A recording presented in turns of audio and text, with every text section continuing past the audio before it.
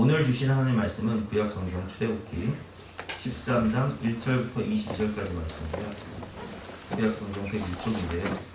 영상을 통해서 함께 말씀을 듣도록 하겠습니다.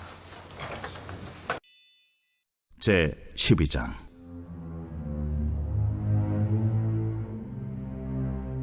여호와께서 애굽 땅에서 모세와 아론에게 일러 말씀하시되, 이달을 너희에게 달의 시작 곧 해의 첫 달이 되게 하고 너희는 이스라엘 온 회중에게 말하여 이르라.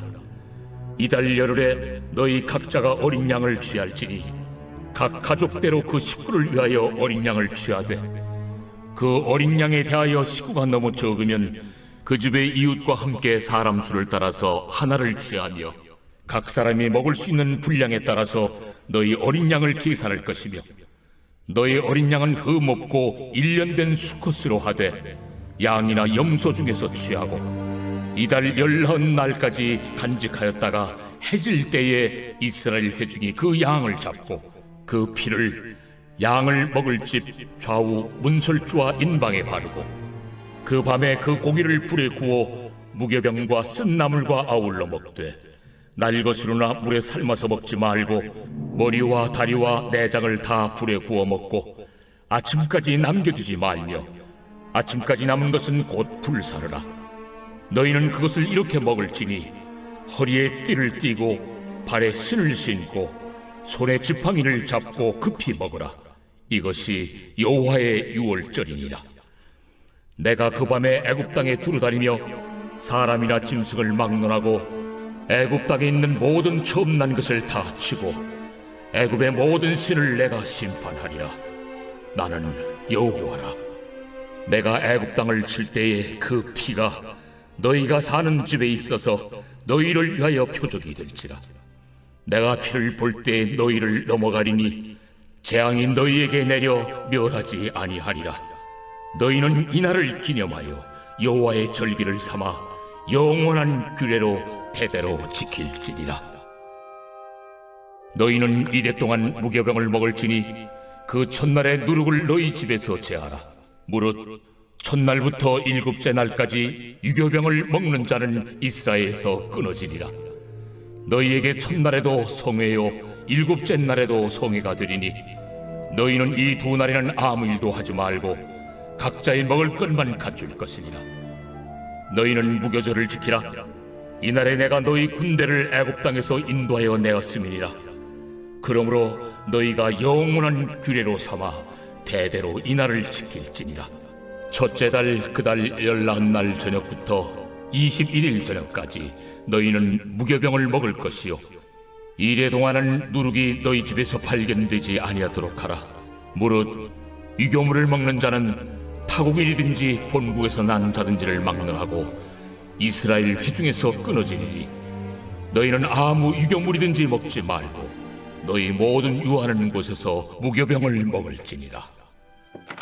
모세가 이스라엘 모든 장로를 불러서 그들에게 이르되, 너희는 나가서 너희의 가족대로 어린 양을 택하여 유월절 양으로 잡고 우슬초 묶음을 가져다가 그릇에 담은 피에 적셔서 그 피를 문 인방과 좌우 설주에 뿌리고 아침까지 한 사람도 자기 집 문 밖에 나가지 말라. 여호와께서 애굽 사람들에게 재앙을 내리려고 지나가실 때에 문 인방과 좌우 문설주의 피를 보시면 여호와께서 그 문을 넘으시고 멸하는 자에게 너희 집에 들어가서 너희를 치지 못하게 하실 것임이니라. 너희는 이 일을 규례로 삼아 너희와 너희 자손이 영원히 지킬 것이니 너희는 여호와께서 허락하신 대로 너희에게 주시는 땅에 이를 때에 이 예식을 지킬 것이라. 이후에 너희의 자녀가 묻기를 이 예식이 무슨 뜻이냐 하거든 너희는 이르기를 이는 여호와의 유월절 제사라. 여호와께서 애굽 사람에게 재앙을 내리실 때에 애굽에 있는 이스라엘 자손의 집을 넘으사 우리의 집을 구원하셨느니라 하라. 하매 백성이 머리 숙여 경배하니라. 이스라엘 자손이 물러가서 그대로 행하되 여호와께서 모세와 아론에게 명령하신 대로 행하니라. 밤중에 여호와께서 애굽 땅에서 모든 처음 난 것 곧 왕위에 앉은 바로의 장자로부터 옥에 갇힌 사람의 장자까지와 가축에 처음 난 것을 다 치심해. 그 밤에 바로와 그 모든 신하와 모든 애굽 사람이 일어나고 애굽에 큰 부르짖음이 있었으니 이는 그 나라에 죽임을 당하지 아니한 집이 하나도 없었음이었더라.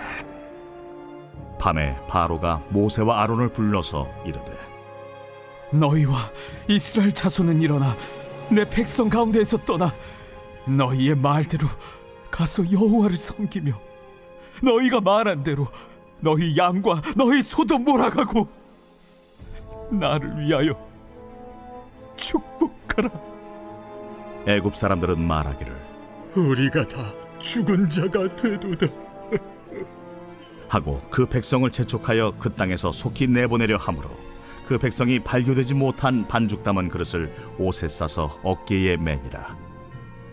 이스라엘 자손이 모세의 말대로 하여 애굽 사람에게 은금 패물과 의복을 구하매 여호와께서 애굽 사람들에게 이스라엘 백성에게 은혜를 입히게 하사 그들이 구하는 대로 주게 하심으로 그들이 애굽 사람의 물품을 취하였더라.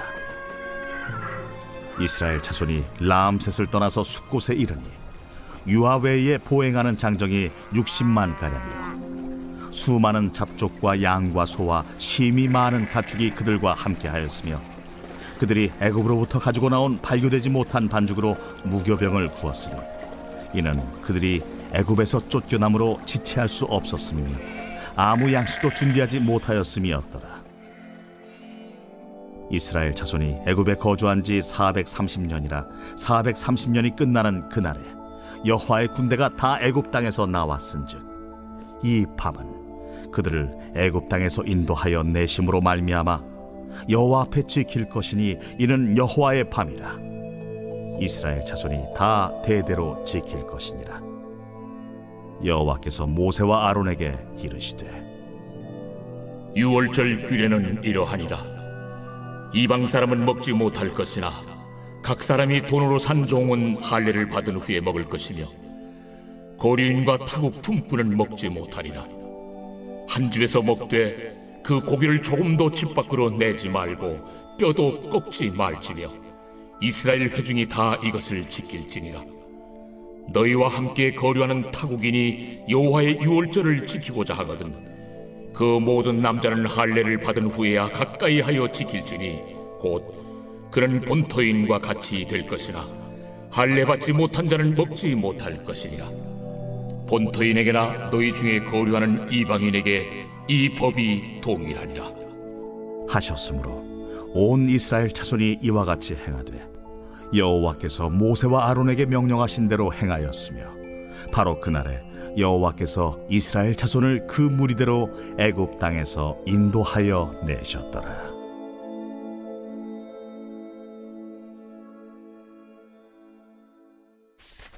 제 13장.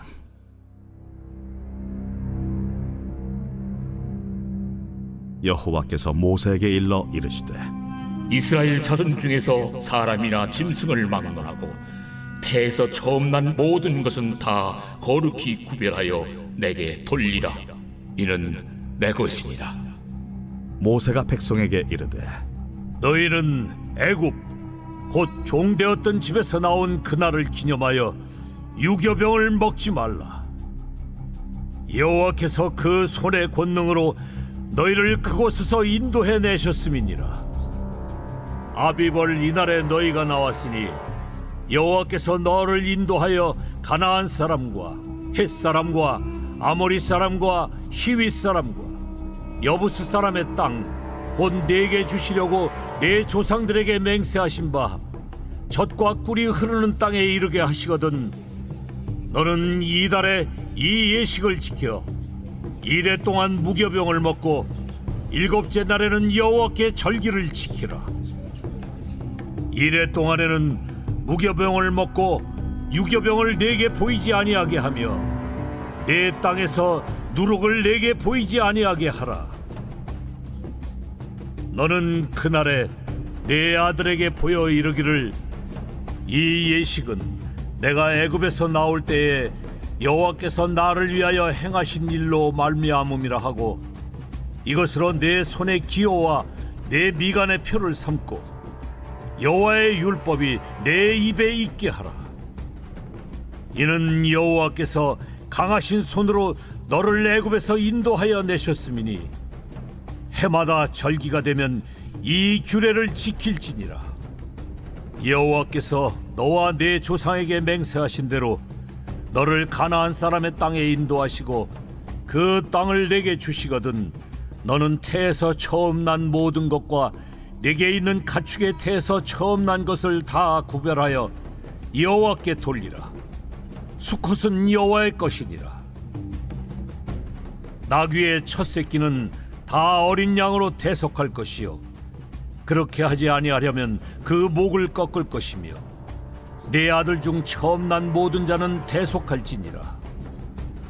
후일에 네 아들이 네게 묻기를 이것이 어찌 됨이냐 하거든 너는 그에게 이르기를 여호와께서 그 손의 권능으로 우리를 애굽에서 곧 종이 되었던 집에서 인도하여 내실세 그때 바로가 완악하여 우리를 보내지 아니하매 여호와께서 애굽 나라 가운데 처음 난 모든 것은 사람의 장자로부터 가축의 처음 난 것까지 다 죽이셨으므로 태에서 처음 난 모든 수컷들은 내가 여호와께 제사를 드려서 내 아들 중에 모든 처음 난 자를 다 대속하리니 이것이 내 손의 기호와 내 미간의 표가 되리라.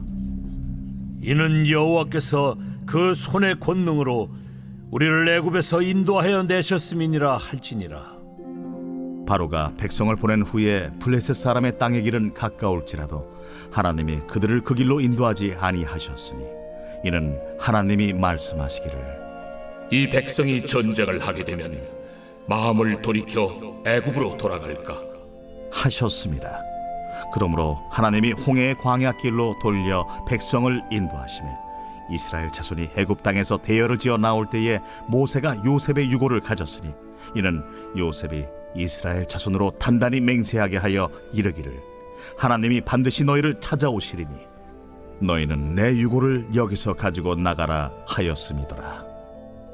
그들이 숫곳을 떠나서 광야 끝 에담에 장막을 치니 여호와께서 그들 앞에서 가시며 낮에는 구름 기둥으로 그들의 길을 인도하시고 밤에는 불기둥을 그들에게 비추사 낮이나 밤이나 진행하게 하시니 낮에는 구름 기둥 밤에는 불기둥이 백성 앞에서 떠나지 아니하니라.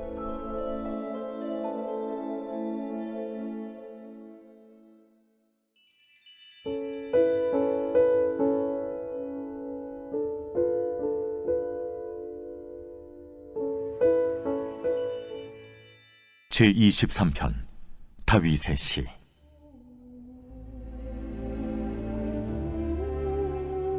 여호와는 나의 목자시니 내게 부족함이 없으리로다. 그가 나를 푸른 풀밭에 누이시며 쉴 만한 물가로 인도하시는도다. 내 영혼을 소생시키시고 자기 이름을 위하여 의의 길로 인도하시는도다. 내가 사망의 음침한 골짜기로 다닐지라도 해를 두려워하지 않을 것은 주께서 나와 함께 하심이라. 주의 지팡이와 막대기가 나를 안위하시나이다. 주께서 내 원수의 목전에서 내게 상을 차려주시고 기름을 내 머리에 부으셨으니 내 잔이 넘치나이다. 내 평생에 선하심과 인자하심이 반드시 나를 따르리니 내가 여호와의 집에 영원히 살리로다.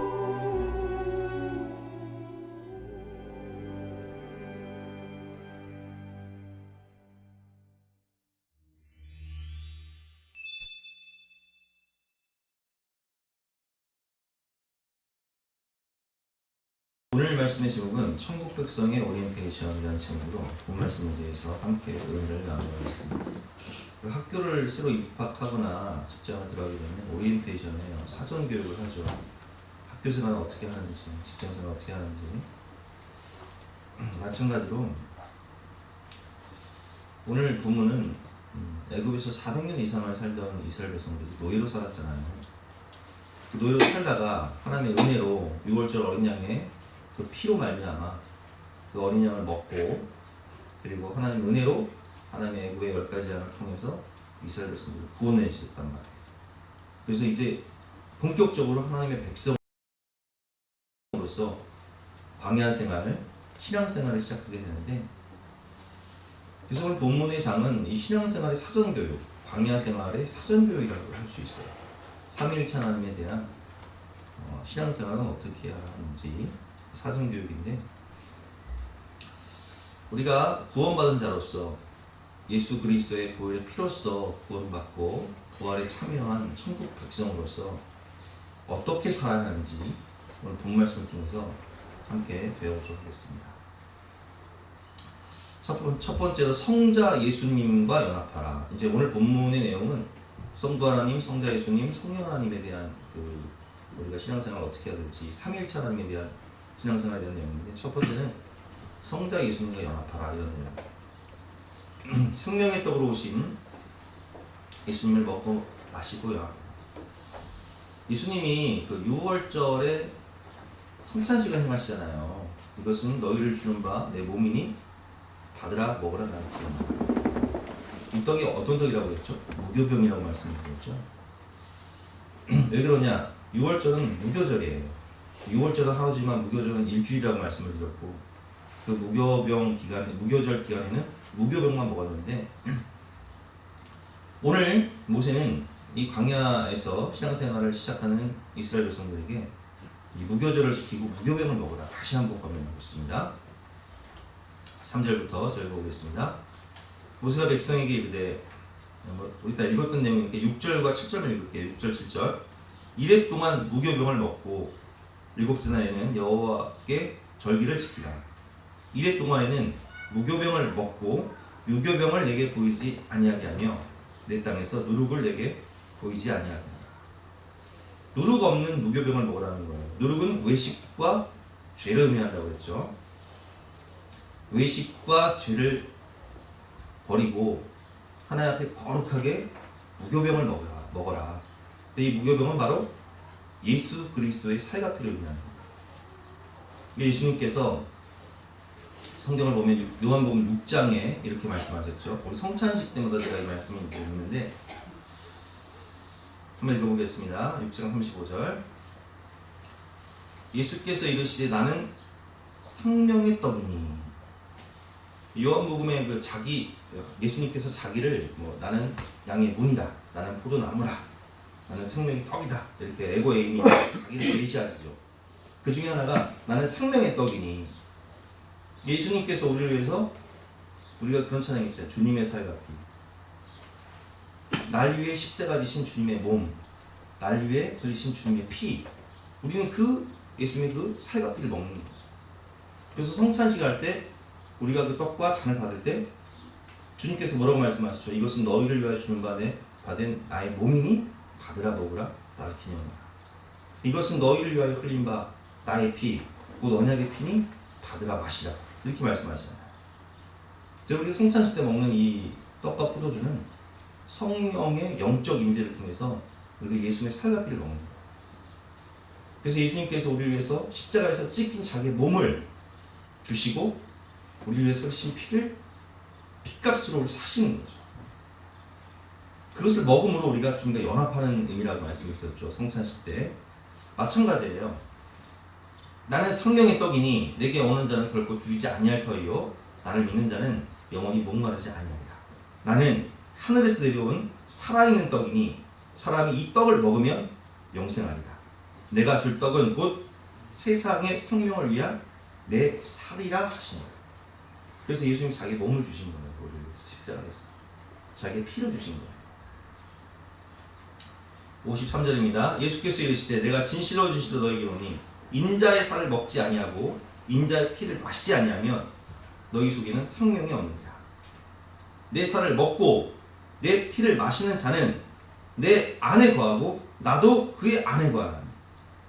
그러니까 우리가 이 예수님의 살과 피를 먹음으로 주님이 내 안에 거하고 우리가 주님 안에 거한다. 이렇게 명확하게 말씀을 해주죠. 연합한다.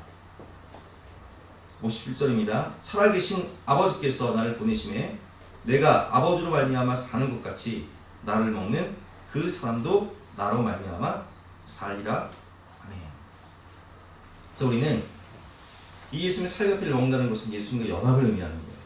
이것은 정확하게 말하면 갈라디아서 2장 20절 말씀처럼 나는 죽고 내 안에 예수님이 살아나시는 거죠. 내가 주님과 연합하여 사는 거예요.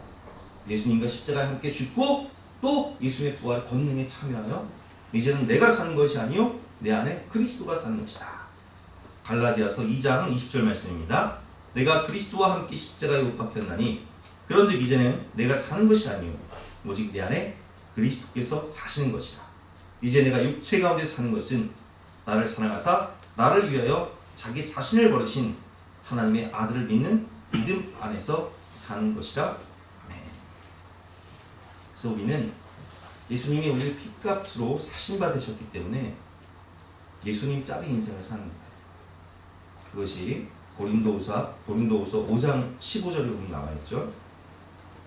그가 모든 사람을 대신하여 죽으심은 살아있는 자들로 하여금 다시는 그들 자신을 위하여 살지 않고 오직 그들을 대신하여 죽었다가 다시 살아나신 이를 위하여 살게 하려 하심이니라. 아멘. 그러니까 내 안에 누가 사신다고요? 내 안에 사느니 예수 그리스도니. 이제는 내 안에 주님이 사십니다.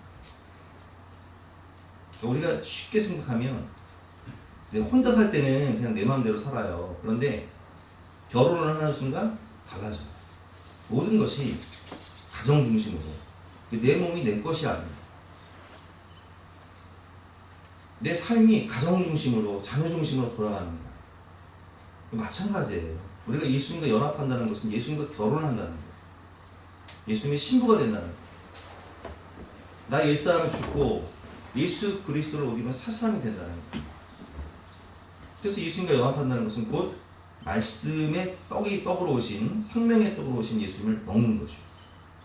그것이 오늘 8절, 9절, 10절 말씀에 보면 있는데, 너는 그날에 내 아들들에게 보여 이르기를 이 예식은 내가 이곳에 나올 때에 여호와께서 나를 위하여 행하신 일로 말미암음이라 하고, 이것으로 내 손에 기호와 내 미간에 표를 삼고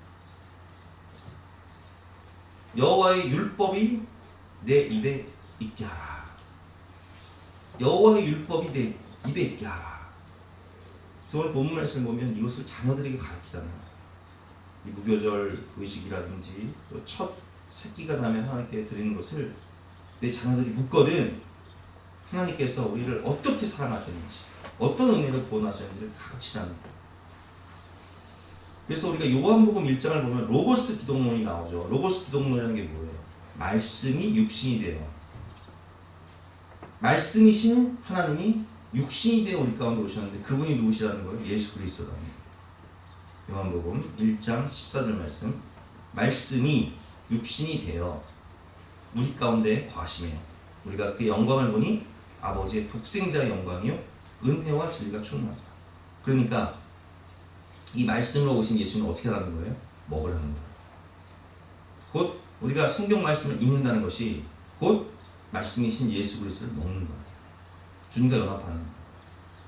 그래서 신명기 8장 3절 말씀에 이런 말씀이 있습니다. 사람이 떡으로만 사는 것이 아니요 여호와의 입에서 나오는 모든 말씀으로 사는 줄을 내가 알게 하려 하심이니라. 아멘. 우리가 아이들이 아침 학교 갈 때 엄마들이 보통 보면 아침 학교 보내기 전에 아침부터 새벽부터 일어나서 막 밥을 준비하잖아요. 장 봐가지고 막 열심히 준비한다는 거야. 그럼 아이들이 막 늦잠 자가지고 일어나서 막 학교 가려고 안 먹으려고 해요. 나 안 먹고 갈 거야. 어떻게든 한 숟가락 떠먹이잖아. 왜 그래요? 우리 육신은 밥을 먹어야 돼요. 밥을 먹어야 건강하고 아이들이 잘 자라는 거예요. 우리가 이제 우리 그 화초를 키우면요, 식물을 키우면 반려식물이라고 하는데 요즘에는 어때요? 물을 잘 주고 가끔씩 분갈이도 해주고 햇빛을 잘 보면요 참 잘 자라요. 햇빛과 물을 양분을 먹어야 되는 거예요. 그럼 우리의 영혼은 뭘 먹어야 돼요? 우리 영혼은요 사람이 떡으로만 살 것이 아니에요. 우리 육신은 떡을 먹고 밥을 먹어야 되지만 우리 영혼은 살아계신 하나님의 말씀을 먹어야 되는 거예요. 그 말씀을 먹을 때 주의 말씀은 내 발에 등이요 내 길에 빛이니이다. 그 말씀이 우리의 영혼을 소송케 하고 그 말씀이 우리에게 믿음을 자라게 하고 그 말씀이 우리에게 영적인 충전을 주고 생명을 주고 능력을 주는 거예요. 그 말씀으로 사단을 대적하고 말씀으로 물리치고 말씀으로 믿음이 성장하고 말씀으로 성화되는 거예요. 믿음은 들음에서 나며 들음은 말씀 그리스도의 말씀으로 믿음이 자라는 거예요. 그래서 우리는 항상 예수님과 연합하고 또 말씀이신 예수 그리스도를 주님이 주신 이 말씀을 읽고 묵상하고 순종하고 살아갈 때 우리의 영혼이 성장하고 우리의 영혼이 강해지는 것입니다. 늘 예수님과 연합하는 저와 여러분 되시기를 주님으로 축원합니다. 두 번째는 성도 하나님께 대하여에 대한 내용이죠. 성도 하나님께 으뜸, 최고의 것을 드리라는 거예요. 오늘 본문을 보면 1절부터 2절 그리고 11절부터 보면 먼저 2절 말씀입니다. 이스라엘 자손 중에서 사람이나 짐승을 막론하고 태에서 처음 난 모든 것 다 거룩히 구별하여 내게 돌리라. 이는 내 것이니라 하신다. 태에서 처음 난 것은 하나님의 것이라는 거예요. 그리고 11절과 12절 읽어보겠습니다. 여호와께서 너와 네 조상에게 맹세하신 대로 너를 가나안 사람의 땅에 인도하시고 그 땅을 내게 주시거든 가나안 땅을 정복하거든 그래서 거기 정착해 살 때 너는 태에서 처음 난 모든 것과 내게 있는 가축의 태에서 처음 난 것을 다 구별하여 여호와께 돌리라. 그러니까 우리가 첫 자녀를 낳았다. 이거 하나님 거라는 거예요. 그리고 첫 새끼를 낳았다. 이것도 하나님 거라는 거예요. 근데 자식을 본지로 바칠 수는 없잖아요. 그러니까 그런데 대속을 하는 거예요. 양으로 대속을 하는 거예요. 13절에 보면 나귀의 첫 새끼는 다 어린 양으로 대속할 것이요. 왜 나귀의 첫 새끼는 어린 양으로 대속하냐면 나귀는 부정하기 때문에 하나님께 바칠 수가 없어요. 그래서 나귀 대신 양을 바치는 것이고 그리고 내 아들 중에 처음 난 모든 자는 대속할지니라. 우리가 자녀를 낳으면 자녀를 번제물로 바칠 수는 없잖아요. 그래서 우리의 첫 자녀 대신 양을 대속하는 거예요. 드리면 양을 잡아서 드리면서 하나님 우리의 첫 자녀를 하나님께 드립니다. 뭐 이런 개념이죠. 근데 어떤 이제 우리 이제 옛날에 이제 신앙생활 하시던 분들은 이거 그냥 액면 그대로 그냥 순종하시는 분들이에요. 그래서 제가 아주 친한 목사님은 아버지가 장로님이신데 그 목사님이 첫째예요, 첫째. 그래서 나는 원치 않았는데 아버지가 그냥 너는 하나님께 바쳐진 레위인이다. 너는 나실인이다. 해서 목사님 된 거예요. 그래서 목사님 됐다니까. 지금 전주에서 목회가 계신데 제가 보물초교에 있을 때 부목사 같이 생활할 때 그 목사님 그렇게 얘기하시더라고요. 근데 삼형제가 다 목사님이신데 본인은 자기 의지와 상관없이 아버지의 서원으로 말미암아 목사가 됐다. 그렇게 말씀을 하시는 분 계시고 우리 잘 아는 대로 막 김용희 선교사님 같은 경우는 5 자녀를 다 그냥 하나님께 그냥 바쳐버리잖아요. 그래서 5 자녀들이 다 오직 선교사가 됐단 말이에요. 그 아이들한테 뭐라고 할게요? 너희들은 내가 서원해서 선교사가 서원했으니까 요나처럼 맞고 가지 말고 좋은 말 때 그냥 가. 기업하게 해가지고 아이들이 오직 선교사가 됐는데 사실은 성령님이 만드신 거죠. 여기서 이제 우리가 깨달을 수 있는 것은 제가 여러분들에게 여러분 첫 자녀를 다 목회자로 선교사로 바치십시오 이런 의미가 아니에요. 여기서 말씀드리는 것은 가장 소중한 것을 하나님 우리에게 주셨잖아요. 뭘 주셨어요? 하나님이 세상을 이처럼 사랑하사 독생자를 주셨으니 하나님은 우리를 사랑하셔서 뭘 주셨다고요? 가장 소중한 독생자를 주셨단 말이에요. 이는 그를 믿는 자마다 멸망하지 않고 영생을 얻게 하려 하십니다. 하나님이 우리에게 가장 소중한 것을 주셨기 때문에 하나님도 우리에게 요구하시는 것이 있어요. 그게 뭔지 아세요? 가장 소중한 것을 원하시는 거예요. 하나님이 이런 말씀을 하세요. 사무엘상 3장 30절 말씀을 보면 나는 나를 존중히 여기는 자를 내가 존중히 여기고 나를 멸시하는 자를 내가 경멸하리라 이렇게 말씀합니다. 그러니까 하나님은 하나님을 존중히 여기는 자를 정말 존귀히 여겨주시고 하나님 없는 것처럼 사는 사람들은요 하나님도 무시하고 사신다는 거예요. 자, 예를 들면 보세요. 한나가 애를 못 낳아. 막 분인 나는 애를 숨고 잘 낳는데 그러니까 분인 나가 막 한나 속을 뒤집어 놓잖아요. 한나가 너무 속이 상하니까 하나님께 오랫동안 기도한단 말이에요. 근데 하나님 아들을 주셨어요. 뱃속에 생명을 주셨어요. 그토록 기다리던 정말 내 생명보다 귀한 아들이 태어난 거예요. 근데 한나가 어떻게 해요? 그 사무엘을 하나님께 바쳐버리는 거예요. 그래서 사무엘은 성막에서 자라요. 젖된 후에 성막에서 자란다고요. 한나에게 있어서 생명보다 소중한 게 뭐예요? 아들이거든요. 사무엘 첫 자녀. 그런데 한나가 그냥 사무엘을 하나님께 드려버리네? 놀라운 사실은요. 최고의 것을 받으신 하나님이요. 한나를 축복하세요. 그 성경을 보면 한나를 생각하사 세 아들과 두 딸을 주셨고 아들 사무엘은 하나님 앞에서 하나니라. 그래서 사무엘은요. 민족의 지도자, 정치 지도자가 될 뿐만 아니라 마지막 사사로서 사울왕을 세우고 다윗왕을 세우는 영적 지도자까지 돼요. 정치 지도자와 영적 지도자를 다 해먹어요. 사무엘. 가장 위대한 지도자가 되죠. 그러니까 하나님이요. 최고의 것을 받으시고 최고의 축복을 주시는 거예요. 그럼 아브라함이요. 100세에 이삭을 낳잖아요. 이삭은 자기 생명보다 소중한 거예요. 근데 하나님 요구하신 게 뭐예요? 너 모리아산 가서 저 이삭 번제 물려. 우리가 상식적으로 생각하면 하나님 차라리 나를 데려가시라고, 나를 죽이시라고. 내 생명보다 소중한 이 100세에 낳은 이 독자 이삭을 요구하시는 거예요. 근데 그걸 드리거든요. 바치거든요. 근데 하나님 뭐라고 말씀하세요? 천사를 통해서 말씀하잖아요. 내 아들 이삭에 손대지 마라.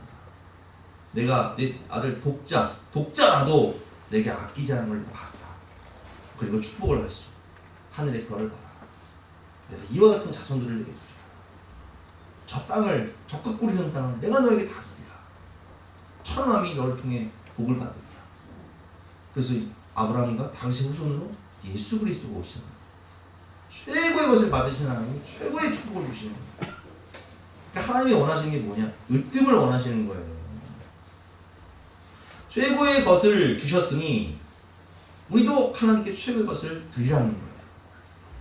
시간의 으뜸. 우리가 1년을 마감하고 또 새해를 시작하면서 성부영신 예배를 드리죠. 그 의미가 뭐예요? 하나님께 첫 시간을 드리는 거예요. 우리 주일 예배, 주일. 달력을 보면 이 주일이 맨 앞에 있잖아요. 일주일의 첫 시간. 새벽에 나와 기도하시고 혹은 직장 출근하기 이전에 기도하시는 분이 계시단 말이에요. 그게 뭐예요? 하루의 첫 시간. 그 첫 시간을 드린다는 게 뭐 어떤 의미냐면 하나님, 인생의 주인 하나님이신데 내가 올 한 해를 어떻게 살까요? 말씀하여 주시옵소서. 내가 이 한 주를 어떻게 살까요? 은혜를 주시옵소서. 내가 오늘 하루를 어떻게 살까요? 하나님, 기도할 때 내 하루를 주장하여 주시옵소서. 인도하여 주시옵소서. 내 삶을 드리는 거예요. 이게 시간의 엑기스를 드린다는 겁니다. 또 물질의 첫 것을 드리는 경우, 우리 자녀들이 취업을 해서 첫 열매를 드리는 경우가 많아요. 첫 열매의 의미가 어때요? 정말 내가 어렵게 취업을 해서 평생 처음 첫 월급을 받는 거예요. 얼마나 귀해요. 귀하니까 우리 옛날에는 첫 월급 받으면 부모님께 내복사를 했단 말이에요. 나를 키워주신 부모님이 내 보답하고 있어요. 근데 그것을 정말 그냥 온전히 하나님께 드립니다. 이걸 여러분, 이게 쉬운 게 아니에요. 근데 하나님이 그걸 보신다니까요. 우리가 첫 열매 11조를 드린다는 것은요, 10분의 1을 떼는 게 아니에요.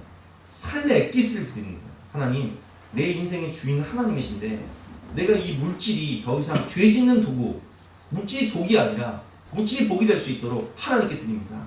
하나님, 이 내 생명이, 내 몸과 이 물질을 하나님께 드리노니 하나님 다스려 주시고 통치해 주시고 은혜를 베풀어 주시옵소서. 이게 첫 것을 드린다는 거잖아요. 고린도전서 6장 19절 말씀, 너희 몸은 너희가 하나님께로부터 받은 바 너희 가운데 계신 성령의 전인 줄 알지 못하냐. 너희는 너희 자신의 것이 아니고 값으로 산 것이 되었으니 예수님의 피값으로 예수님의 생명값으로 사신 바 되었으니 그런지 너희 몸으로 하나님께 영광을 돌리라. 이 삶의 우선순위, 내 삶의 엑기스를 하나님께 드린다는 거예요. 그걸 요구하신다는 거예요.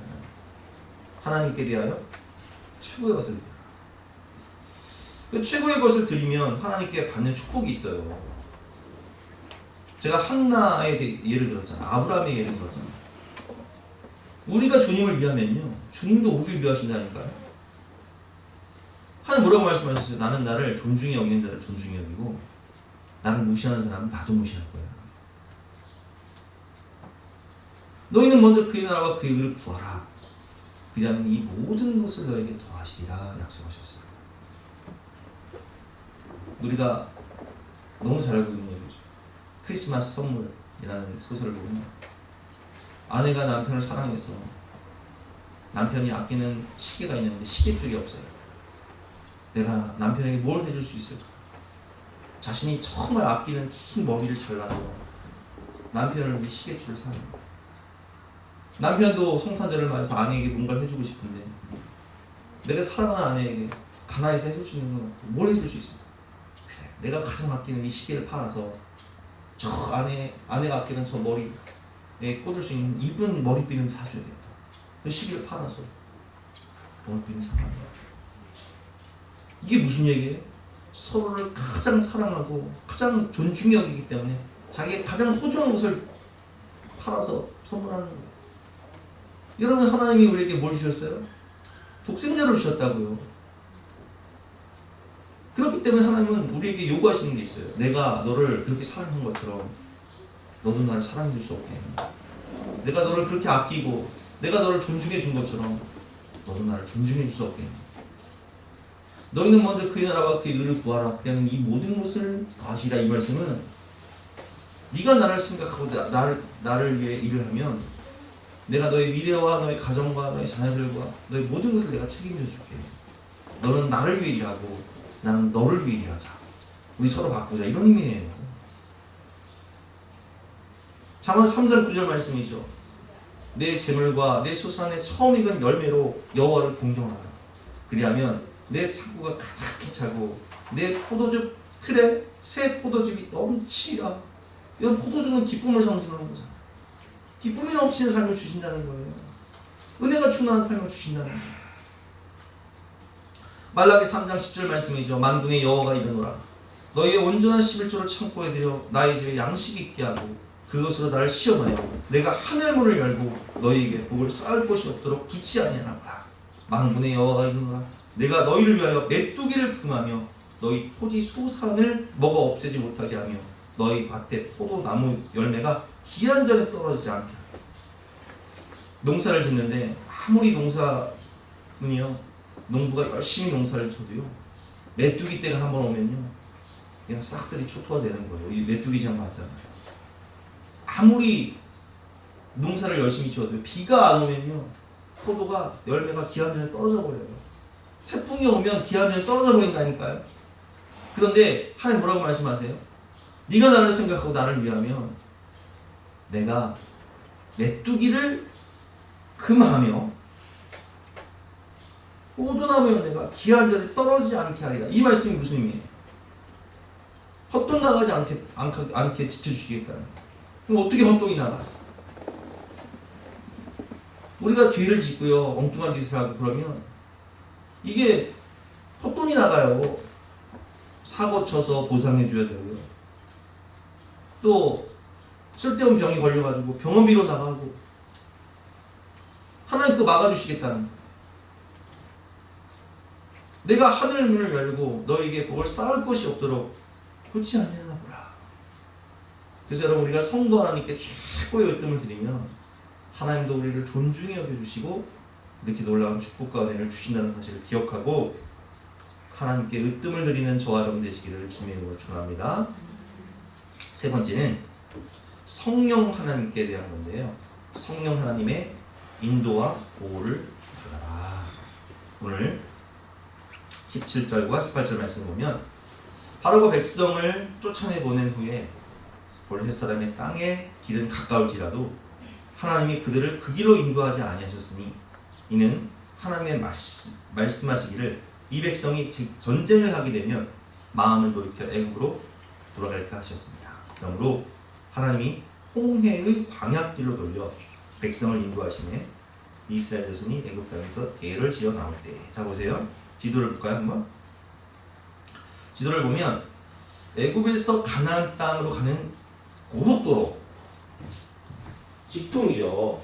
직통 고속도로가 있고 40년 광야를 도는 뺑뺑 도는 광야길이 있단 말이에요. 지중해를 끼고 고속도로 대로로 가게 되면 장정들은 한 7일이면 가고요. 또 노약자 어린이들은 한 10일이 걸려요. 그러면 얼마나 빨라요. 한 일주일이면 가나안 땅 도착하는 거예요. 아마도 야곱과 그 자녀들은 이 길로 이제 애굽으로 갔겠죠. 한 일주일 걸렸을 거예요. 그런데 문제는 뭐냐? 그 중간에 딱 블레셋 민족이 딱 기다리고 있는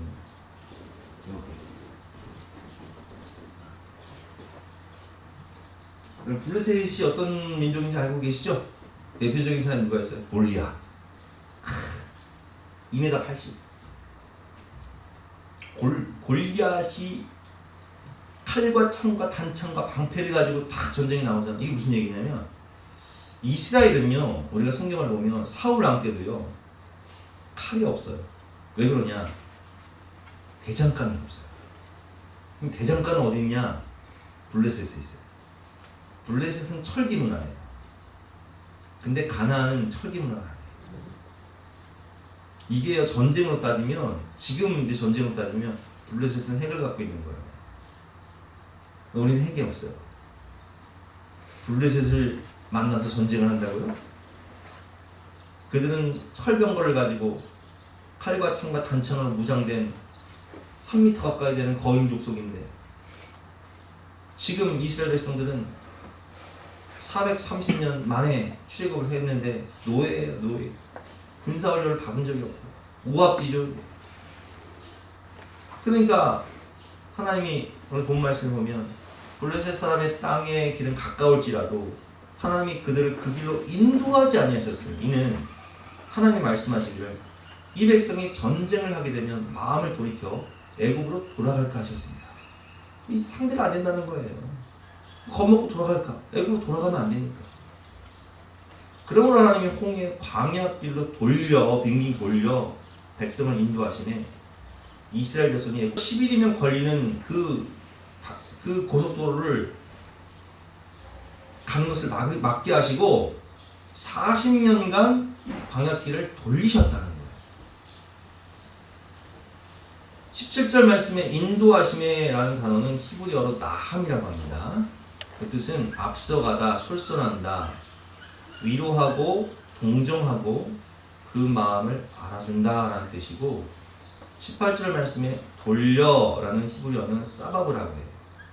이 사바브의 뜻은 뱅뱅 돌린다, 쳇바퀴 돌린다 이런 뜻이죠. 근데 돌리고 나니 대열을 지어 놓았다 이렇게 되어 있어요. 18절 말씀에. 자 보세요. 제가 초등학교 때 배구부를 3년 동안 했어요. 4, 5, 6학년 때. 근데 배구부를 처음에 들어가니까 선생님이 운동장을 20바퀴씩 뛰래요. 와, 운동장 20바퀴 뛰는 게요 진짜 엄청 힘들어요. 처음에 한 2바퀴 뛰면 헥헥거려서 퍼져요. 처음에 못 뛰어요 20바퀴. 근데 이게 한 2달 지나면 20바퀴를 뛰어도요 쌩쌩해요. 그러니까 배구를 할 때 어떤 서브나 토스, 스파이크 기술도 중요하지만 체력이 안 되면요 게임을 뛸 수가 없어요. 체력이 돼야지 시합 나가면 계속 게임을 뛰어야 되거든요. 체력 훈련시키는 거예요. 군대에 입대하면요 훈련소에서요 뺑뺑이 돌려요. 처음에는요 오합지졸이에요. 근데 뺑뺑이가 뭔지 아세요? 선착순 2명 뺑뺑 계속 2명 빡 선착순 5명 또 뺑뺑이 올라 팍. 그때부터 조교가 무슨 말을 하면 교관이 무슨 말을 하면 공기 바짝 들어가도 정신 바짝 안 차리면요 또 뺑뺑이 도니까 그 오합지졸이었던 그 군인들이요 훈련소 4주 혹은 6주 딱 마치고 수료할 때는요 부모님들 앞에서 어때요? 각 딱 잡고 줄 딱 공기가 얼마나 바짝 들었는지 뺑뺑이 돌리면요 군대가 돼버리는 거예요. 차대 배치 받고 산악행군 구보를 해요. 구보 아침마다 우통 벗고 구보를 한다고요. 30분씩 뛰어. 아 나 진짜 추운 겨울에 막 1월달 이럴 때요 구보하려면 아침에 영하 막 15도 막 제가 살던 강원도는 막 영하 15도 우통 다 벗고 뛰라고 얼마나 힘든지 몰라. 근데 처음에 신병 오면 이제 픽픽 쓰러져요. 산악구 보니까. 근데 한 3개월 지나보세요. 거뜬해요. 군인이 되어 어엿한 군인이 되어가는 거예요. 하나님이 우리를 어떻게 하신다고? 돌려, 뺑뺑이 돌려, 방역대로 돌려 하나님의 군대로 만드시는 거예요. 학교 다닐 때 우리 학생들 내 생활이 쳇바퀴 도는 것 같죠? 직장 생활 때 내 생활이 쳇바퀴 도는 것 같아요. 뺑뺑이 돌리는 거예요, 뺑뺑이. 근데 우리 어렸을 때는요 부모님이 이렇게 얘기했어요. 야 아빠 죽어도 학교 가라. 왜 그랬는지 몰라. 아빠 죽어도 학교 갔다니까요. 조퇴안이 있다니까. 저는요 학교 다닐 때 5등상을 못하는데 개근상은 다 탔어요. 3년기건 6년기건 개근상. 근데 이 개근상이 중요한 게 개근상이요 중요해요. 성실함이에요. 성실함. 이 개근상 우리가 장사를 하든 사업을 하든 이 장사가 되든 안 되든 하여튼 꾸준히 나가야 돼요. 이 꾸준함이 없으면요 사람들이 왔다 그냥 가니까요. 어제 술 한잔해서 그냥 문 닫고 그냥 오늘은 몸이 안 좋으십니다 이래버리면 그 손님이 오겠어요. 다음에 하나님이 우리를 사랑하셔서 때로는 나함 우리를 인도하실 때가 있어요. 푸른 토장 맑은 물가로 나함 인도하실 때가 있어요. 그러나 하나님이 우리를 사랑하시기 때문에 때로는 싸바부 뺑뺑 돌릴 때가 있다니까요. 근데 그 모든 것은 우리의 모든 형편과 처지를 아시고 우리의 믿음 상태를 보시고 나함을 하시는지 싸바부를 하시는 거예요. 근데 싸바부를 거치고 나면 하나님의 군대가 되어서 대열지고 나오는 거예요. 그런데 여러분 지금 내 인생이 싸바부와 같이 뺑뺑이 도는 인생 가운데 있다면 하나님 나를 하나님의 군대로 강하게 훈련시키시는구나 생각하고 하나님을 믿고 감사하지만 세월 지나면 알게 돼요. 내가 이렇게 싸바부의 훈련을 통과하고 나니까 강해지는구나. 내가 성장하는구나. 세상을 능히 이기게 되는구나. 이걸 체험하면 돼요. 그리고 20절부터 보면 구름 기둥과 불 기둥의 인도와 보호를 해주십니다. 그들이 숲곳을 떠나서 광야 끝 에담의 장막을 치니 여호와께서 그들 앞에서 가시고 앞에서 가시는데 낮에는 구름 기둥으로 그들의 길을 인도하시고 밤에는 불 기둥으로 그들에게 주사 낮이나 밤이나 신령하게 하시니 낮에는 구름 기둥 밤에는 불 기둥이 백성 앞에서 떠나지 않는다. 여러분 우리가 제가 몇 년 전에 휴가 때 그 8월 달에 한라산 이제 영실 코스를 갔다 오잖아요. 반나절 갔다 온 거예요. 근데 제가 준비를 너무 못해서 모자도 안 쓰고 선크림도 안 바르고 긴팔도 안 입고 갔다가 그냥 휴가 끝나고 나서 껍데기가 다 벗겨진 거예요. 근데 성도님들이 많이 놀라셨잖아요. 목소리 왜 그래요? 살이 다 타가지고 이 껍데기가 다 벗겨진 거예요. 반나절 영실곳을 갔다 왔는데 올라가는 길이 그늘이 없거든요. 근데 여러분 생각해보세요. 광야에서 거기 40도까지 올라가잖아. 그 뜨거운 태양빛이 장난 아닌데 40년을 살아간다. 이거 구름 기둥 없으면요 낮에 살 수가 없는 거예요. 밤에는 어때요? 밤에 겨울에 보일러를 틀지 않으면 춥잖아요. 이 광야의 특징이 뭐냐면 낮에는 40도까지 올라갔다가 해 떨어지면 기온이 급속하게 내려가지고 추워가지고 잠을 못 자요. 그러니까 하나님이 불기둥으로 보일러를 떼어줘. 불기둥을 쫙 따뜻하게 데펴주십니다. 근데 이 구름기둥과 불기둥이 낮에는 구름기둥으로 밤에는 불기둥으로 보호하시는데 이게 앞서 나가는 인도의 원리예요. 사람들이 뭘 보고 가냐면 구름기둥 보고 가는 거예요.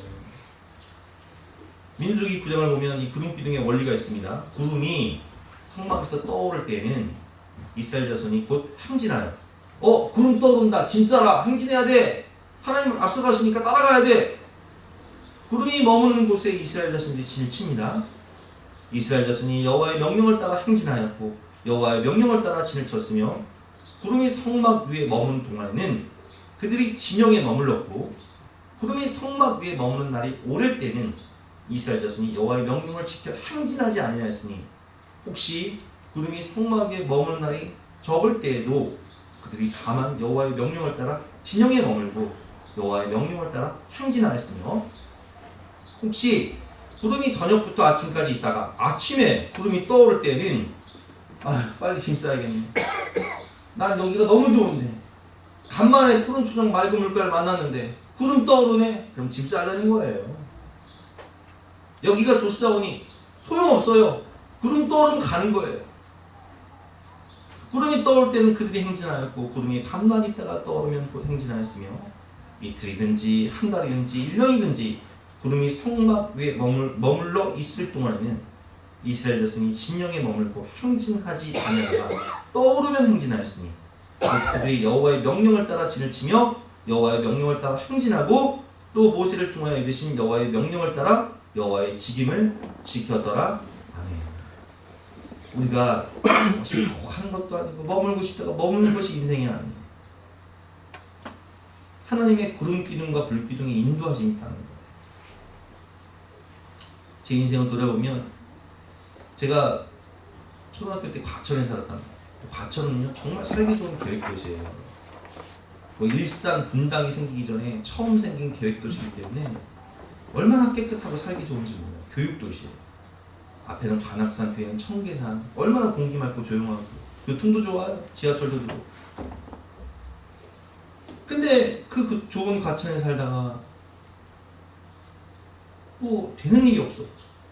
하도 안 돼. 그래서 이 남양주 퇴계원에 오겠다. 인간적인 생각은 과천이 여기가 좋사오니 살기 좋죠. 그러나 하나님이 제가 만약 과천에 살았다면요 여기 개척 목회자가 되지도 않았을 것이고요 남양주에 개척 안 했을 거예요. 다 하나님의 뜻이었던 거예요. 때로는 인생을 살면서 내가 왜 그렇게 결정했을까 이해가 안 되는 것들이 있어요. 저도 교육전사 때 원래 저 내강리에 있는 교회 좋은 조건으로 가기로 했는데 이상하게 면목동에 있는 교회가 가고 싶더라고요. 그래서 목사님께 죄송하다고 말씀드리고 면목동에 있는 교회 갔다는 거예요. 거기서 우리 사모 만난 거예요. 하나님이 나를 인도하시는데 내 생각과 내 뜻 중요하지 않아요. 나는 베드로처럼 변화산에 올라가서 하나님 여기가 너무 좋아요. 나 여기 초막셋을 짓고 여기 살래요. 근데 주님 어떻게 하세요? 바로 산으로 내려가십니다. 구름기둥과 불기둥의 인도는요 때로는 우리가 좋은 직장 들어가서 이야 여기서 평생 직장 했으면 좋겠다. 근데 회사가 뭘 닫아? 코로나 때문에. 때로는 내가 저 사람을 만나서 야 저 사람 내가 결혼했으면 좋겠다. 다른 뜻이 아니에요. 때로는 내가 새로운 일을 시작해서 와 이런 광야 이렇게 척박하고 이렇게 돌바위 이렇게 힘든 데가 다 있냐 머물고 싶지 않은데 하나님 거기서 10년을 머물게 하세요. 이런 경우도 있다고요. 그 왜 그러신 거예요? 그 싸바바 하시는 거예요. 싸바바 남이 아니라 싸바바 하신다. 필요하기 때문에 훈련시키시는 거예요. 구름기둥과 불기둥의 인도하심은요 성령의 인도하심을 의미하는 거예요. 성령이 우리의 인생을 주관하시고 구름 기둥, 불 기둥을 인도하실 때 그것이 내 뜻과 맞지 않을지라도 우리는 믿고 따라가다 보면 나중에 깨닫게 돼요. 이게 하나님의 은혜구나. 이게 축복이구나. 하나님을 사랑하는 자, 곧 그 뜻대로 부르심을 입은 자들은 합력하여 선을 이룬다는 말씀, 가장 최고의 것을 주신다는 뜻이에요.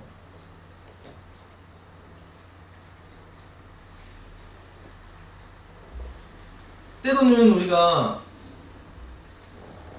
바울이 복음 전하러 아시아로 가려고 하는데 하나님 그거 막으세요.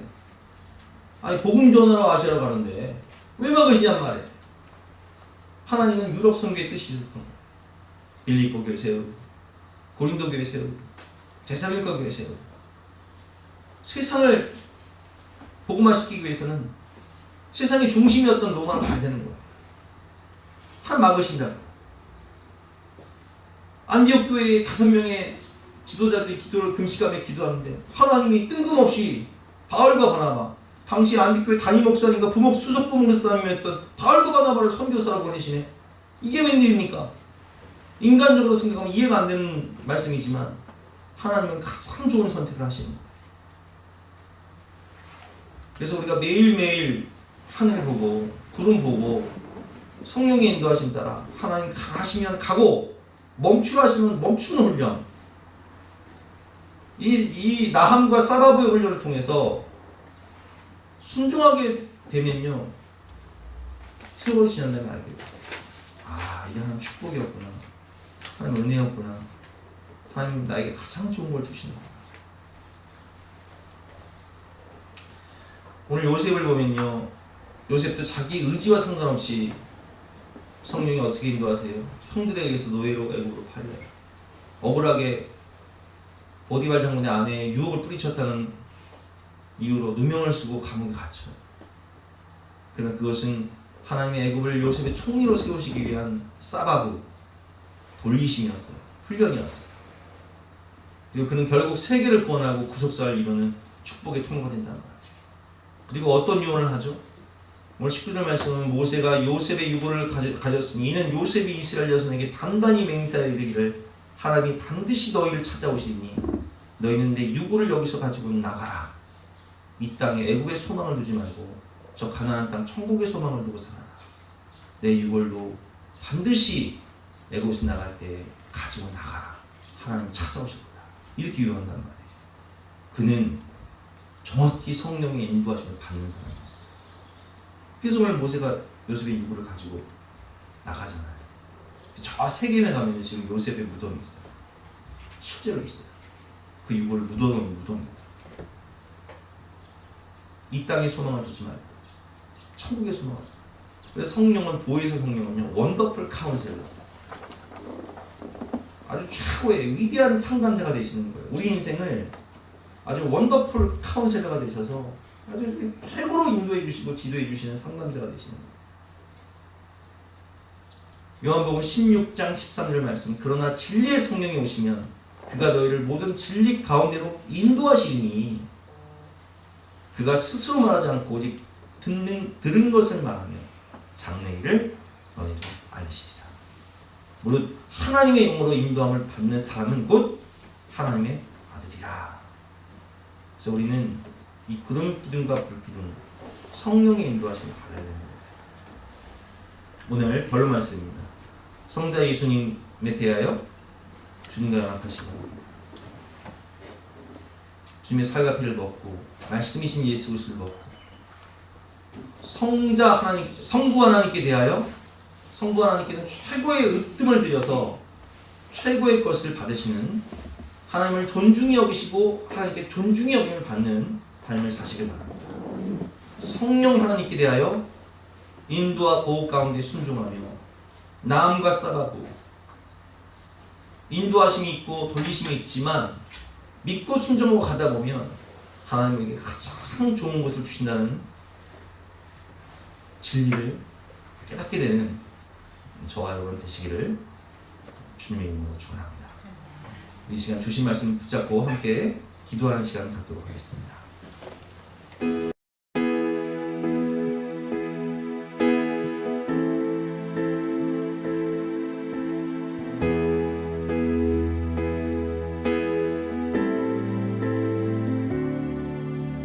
나의 가는 길 주님 인도하시네.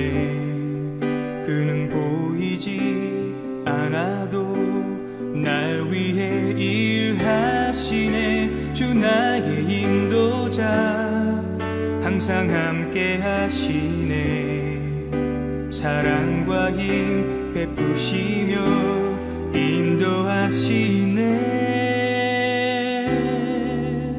인도하시네.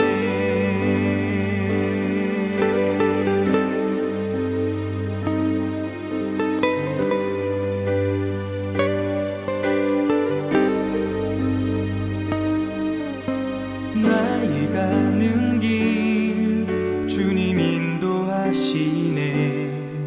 그는 보이지 않아도 날 위해 일하시네. 주 나의 인도자 항상 함께 하시네.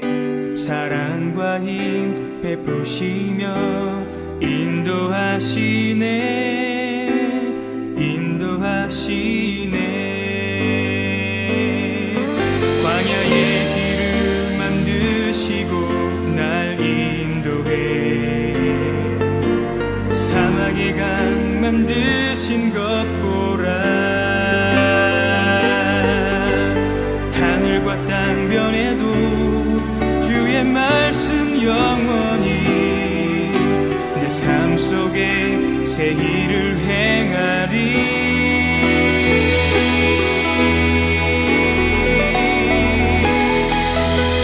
나의 가는 길 주님 인도하시네. 그는 보이지 않아도 날 위해 일하시네. 주 나의 인도자 항상 함께 하시네. 사랑과 힘 베푸시며 인도하시네.